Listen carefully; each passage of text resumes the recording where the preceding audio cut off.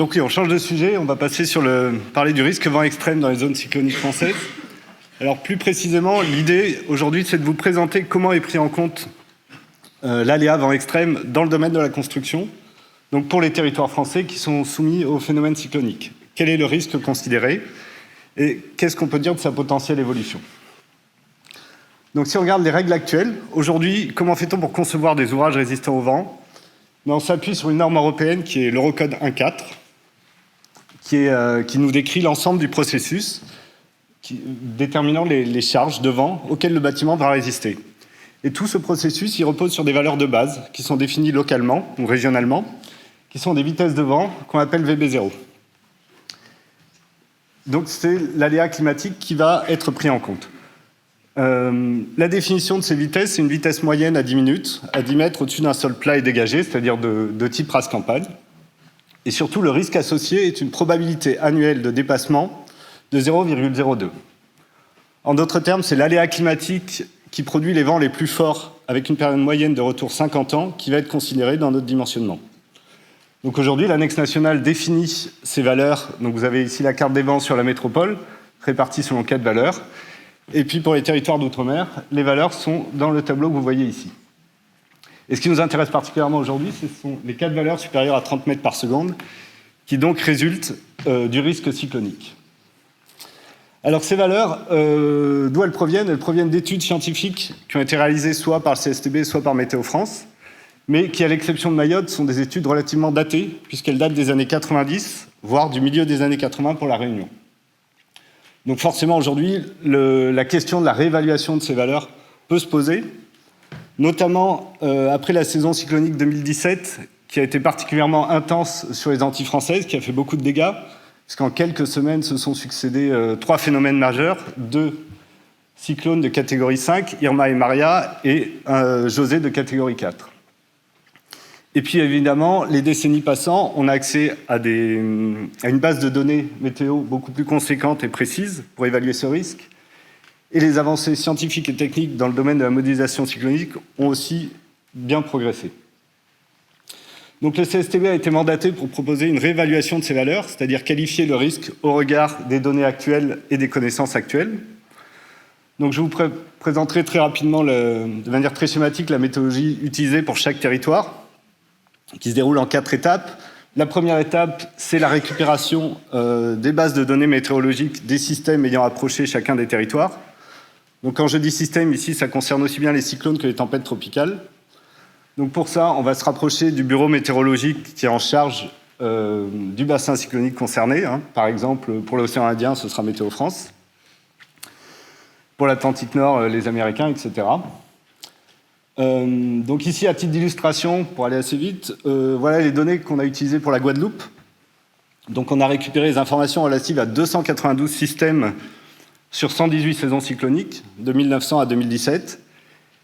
Et sur l'image de gauche, vous voyez représenter la localisation de ces systèmes à chaque fois, au moment où ils ont produit le plus de vent au niveau de l'île. Donc en orange, ce sont les cyclones, et en bleu et vert, les tempêtes tropicales. Donc une fois qu'on a ces données, la deuxième étape, il faut les analyser et les traiter. Donc ici, le point essentiel, ça va être de pouvoir modéliser les différents paramètres météorologiques par des lois statistiques qui vont servir à nos simulations. Donc ici, vous avez un exemple d'une des équations, ce sera la seule, je crois, qui nous permet de modéliser le vent cyclonique.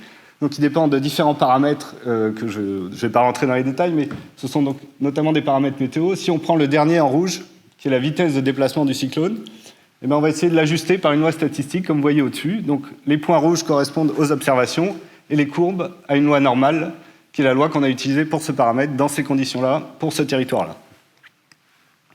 Une fois qu'on a ces lois statistiques, eh bien, on va pouvoir réaliser ce qu'on appelle les simulations de Monte-Carlo, c'est-à-dire qu'on va simuler un très grand nombre de saisons cycloniques fictives en s'appuyant donc sur ces lois statistiques, mais également sur les modèles physiques et sur les tirages aléatoires.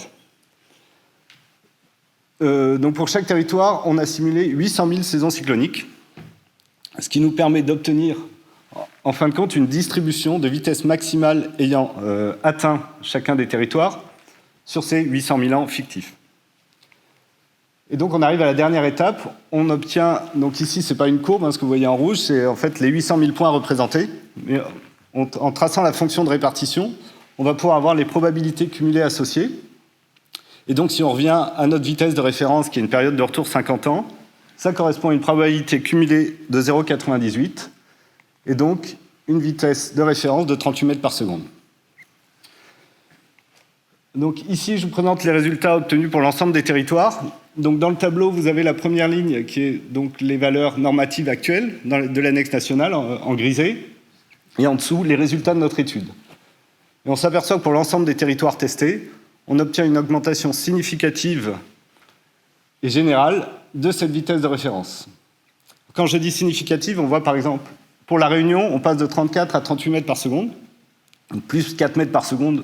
Ça peut paraître pas si énorme que ça, mais ça veut dire que les charges à prendre en compte sur le bâtiment vont être augmentées de 25%.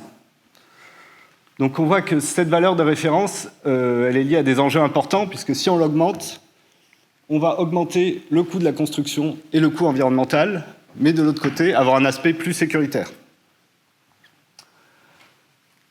Donc sans même présupposer déjà de ce que va être le changement climatique, de son impact, on voit que la prise en compte des données plus récentes, c'est déjà un premier chantier important qui pose des questions significatives.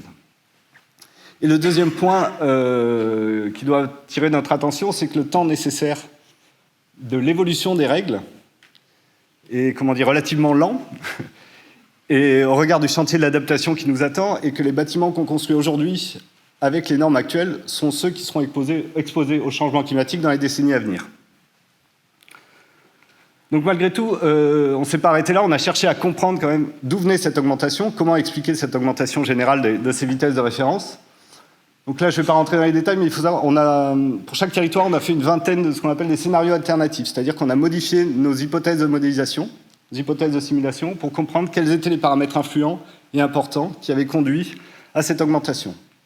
Notamment, là, j'ai mis quelques exemples de scénarios où on a joué sur la période de référence, c'est-à-dire la période des données météo utilisées pour nos ajustements, pour voir notamment si l'évolution était historique. Donc ce qu'il faut retenir de tous ces scénarios alternatifs, finalement, ce qu'on a montré, c'est que l'augmentation générale des vitesses obtenues s'explique essentiellement par une meilleure modélisation physique des systèmes.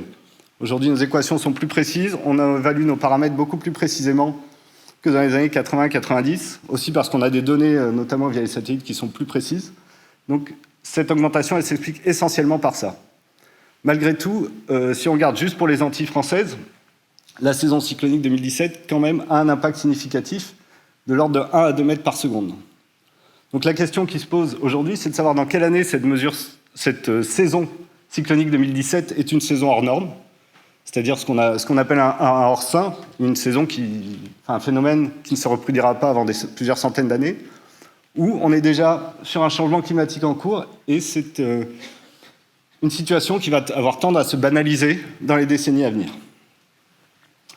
Puisque, effectivement, le changement climatique peut affecter l'activité cyclonique sur 3 plans distincts, et chacun va influencer de manière différente le calcul de notre vitesse de référence. Donc, d'une part, la jeunesse des systèmes peut être modifiée, c'est-à-dire aussi bien la localisation que leur fréquence, mais également les trajectoires. Ici, vous avez une image réalisée par la NOAA qui recense les trajectoires cycloniques depuis 150 ans à l'échelle du globe. On voit bien qu'on a des trajectoires, des couloirs préférentiels pour les cyclones. Est-ce qu'avec le réchauffement climatique, ces trajectoires vont être déplacées ? Donc, toucher de nouveaux territoires, et certains qui étaient touchés seraient plus protégés. Et enfin, est-ce qu'on va aussi vers des phénomènes, des systèmes de taille et d'intensité toujours plus grandes, notamment avec le réchauffement de l'océan, la température de l'océan. Donc très rapidement, si on regarde dans un premier temps ce que dit les rapports du GIEC sur le sujet, alors je ne vais pas m'étendre sur les tendances observées depuis les 40 dernières années, juste qu'il faut retenir, la conclusion du GIEC, c'est de dire que c'est très difficile déjà de déterminer des tendances fiables dans un contexte de variabilité interdécennale tels que les systèmes cycloniques. Si on regarde sur les projections, sur les tendances, il y a quand même 3 points qu'on peut retenir. Le premier, le plus important, parce qu'il est très probable, alors très probable pour le GIEC, ça veut dire une probabilité supérieure à 90%, c'est qu'on va aller de plus en plus vers des phénomènes d'intensité et de taille plus importante. Il est également probable que les trajectoires se déplacent vers les pôles. Et en revanche, il est probable que la fréquence des systèmes n'évolue pas. On reste sur donc, toujours autant de cyclones, mais des cyclones plus puissants et qui auraient tendance à se déplacer vers les pôles. Malgré tout, une fois qu'on a dit ça, on ne peut pas dire difficile de conclure sur notre risque local, sur notre vitesse de référence au niveau d'un territoire précis. Donc pour terminer, je voulais montrer un exemple justement d'une de ces études qui a essayé de s'intéresser au risque local, puisque les tendances que j'ai données juste avant, c'est à l'échelle mondiale ou à l'échelle de bassin cyclonique. Mais ici, on s'intéresse au risque local pour la construction. Donc c'est une étude de 2022 de Blumendahl qui a un peu sur le même principe de notre étude, utilisé une modélisation statistique de cyclones, donc cette fois sur 10 000 ans, en se basant sur les données passées, comme on l'a fait dans notre étude, mais également sur des projections. Donc là, on est sur des projections à 2050. Ils ont utilisé 4 modèles climatiques globaux, 4 GCM, pour pouvoir évaluer ensuite, à l'échelle de bassin cyclonique, puis à l'échelle locale, des périodes de retour. Alors, premier résultat intéressant, c'est... Donc là, j'ai pris le cas de l'Atlantique Nord, dans les résultats qu'ils ont obtenus. Vous avez à gauche la période historique, l'histogramme de gauche, et les 4 de droite correspondent aux projections 2050. Le chiffre qui est important ici, plus que la répartition en termes de catégories, c'est le grand N que vous voyez à côté de chaque modèle. En gros, il traduit une activité cyclonique moyenne, en gros, par saison. Donc ça veut dire que... Et on voit qu'il y a déjà une très grande dispersion, en fait, entre 2 modèles uniquement à l'horizon 2050. Enfin, avec 4 modèles, on a un grand N à 7,5 et un grand N à 12,5. Ça veut dire qu'on a déjà presque un modèle qui propose une activité cyclonique 2 fois plus importante à l'horizon 2050. Si on regarde enfin ce qu'ils ont obtenu localement, donc c'est là où ça nous intéresse particulièrement par rapport au risque qu'on considère. Donc ici, vous avez donc l'exemple de Saint-Denis à La Réunion, ça tombe bien. Donc la vitesse maximale obtenue par leur simulation en fonction de la période de retour, avec en bleu foncé la période historique et en plus clair les sorties des projections à 2050. Donc si on revient toujours à notre période de retour 50 ans, on voit que uniquement avec 4 modèles et à l'horizon 2050, c'est-à-dire presque demain, en tout cas à l'échelle du bâtiment, c'est déjà demain presque, on a déjà une incertitude de 4 mètres par seconde. Donc de mémoire, 4 mètres par seconde, je vous ai dit, c'est déjà énorme. Ça veut dire ça peut faire 25% de charge en plus au niveau du bâtiment. Donc pour conclure, qu'est-ce que retenir de tout ça ? Donc le risque vent extrême dans le domaine de la construction, il est pris en compte en considérant l'aléa moyen de période de retour 50 ans, que les valeurs normatives actuelles sous-estiment ces valeurs par rapport au risque actuel qui a été réévalué, et que cette augmentation provient essentiellement du fait qu'on sait mieux modéliser ces phénomènes. Et on a mis en évidence la difficulté de concilier donc, les enjeux sécuritaires et normatifs versus les enjeux financiers et environnementaux. Et donc, si on s'intéresse pour... Oui, je finis. Vous êtes dans les temps. C'est bon ah, okay. Là, largement. J'ai cru que j'étais... donc, sur les perspectives et sur l'incertitude liée à l'évolution du climat, donc on voit que pour ce risque précis, on a besoin d'analyse au cas par cas, de réaliser des études locales, et que les tendances qu'on a aujourd'hui sur les grandes études de projection sont à l'échelle de bassins cycloniques et ne nous permettent pas de conclure. Et enfin, donc la projection de ce risque localement reste néanmoins aujourd'hui non quantifiable de manière suffisamment précise. Comme vous l'avez vu, 4 mètres par seconde, c'est une incertitude importante pour ce qui nous concerne. Et ceci est dû, d'une part, à la trop grande dispersion des modèles de projection auxquels on a accès aujourd'hui et au caractère très aléatoire des trajectoires cycloniques. Cette fois, j'ai fini. Merci Julien, bravo. Passionnant. Alors, est-ce qu'on a des questions dans la salle ? Oui, alors il y a une question tout en haut. Et du coup, moi j'en profite, le temps que le micro arrive. Vous parliez de cas par cas pour les territoires. Est-ce que ça peut être aussi maison par maison ?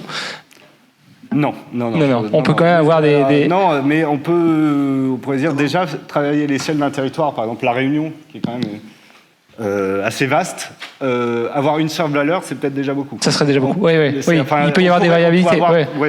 Imaginer 4 valeurs, par exemple, à l'échelle de la Réunion, Très bien. mais pas plus bas. Ouais. Parfait. Merci. La précision serait pas intéressante. D'accord. Là, Merci pour cette précision. Question. Vous parlez de vitesse de vent extrême, donc absolument pas de critique par rapport à ce que vous faites.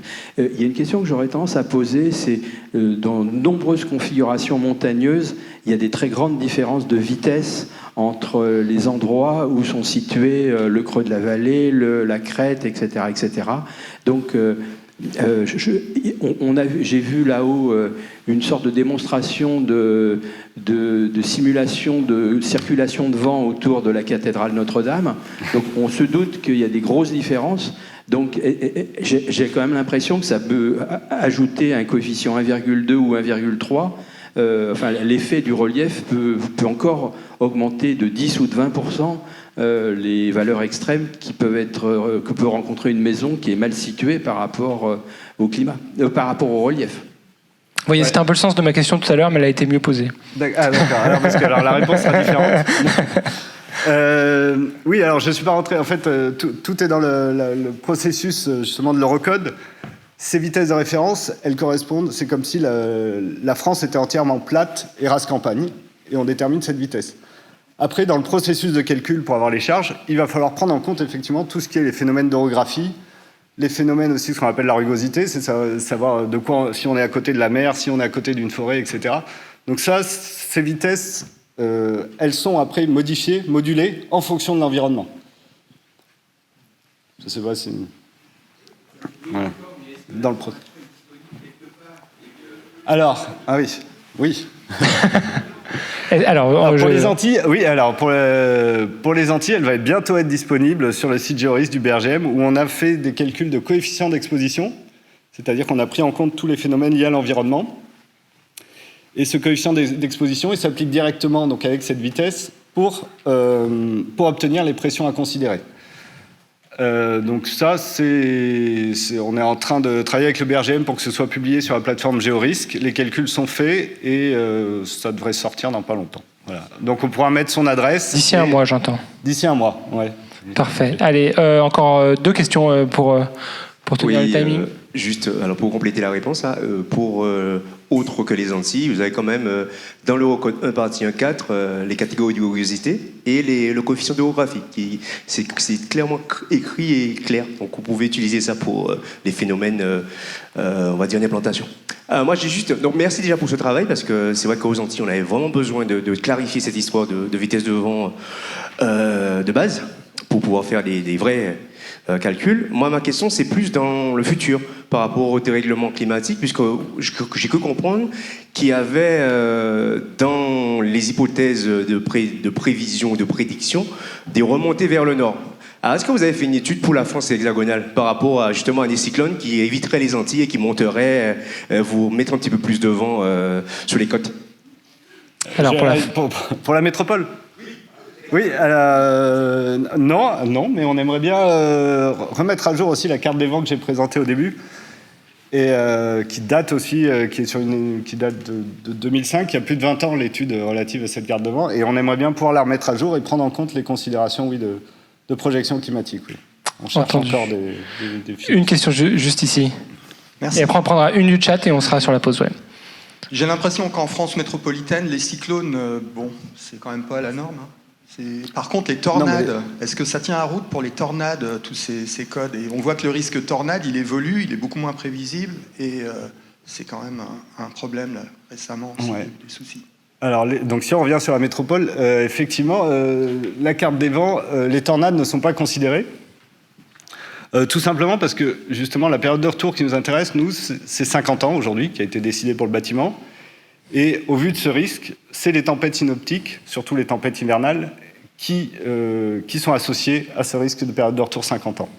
Les tornades, c'est encore un phénomène beaucoup trop localisé, avec une probabilité d'occurrence qui est beaucoup plus faible et qui n'est donc pas pris en compte dans la carte des vents.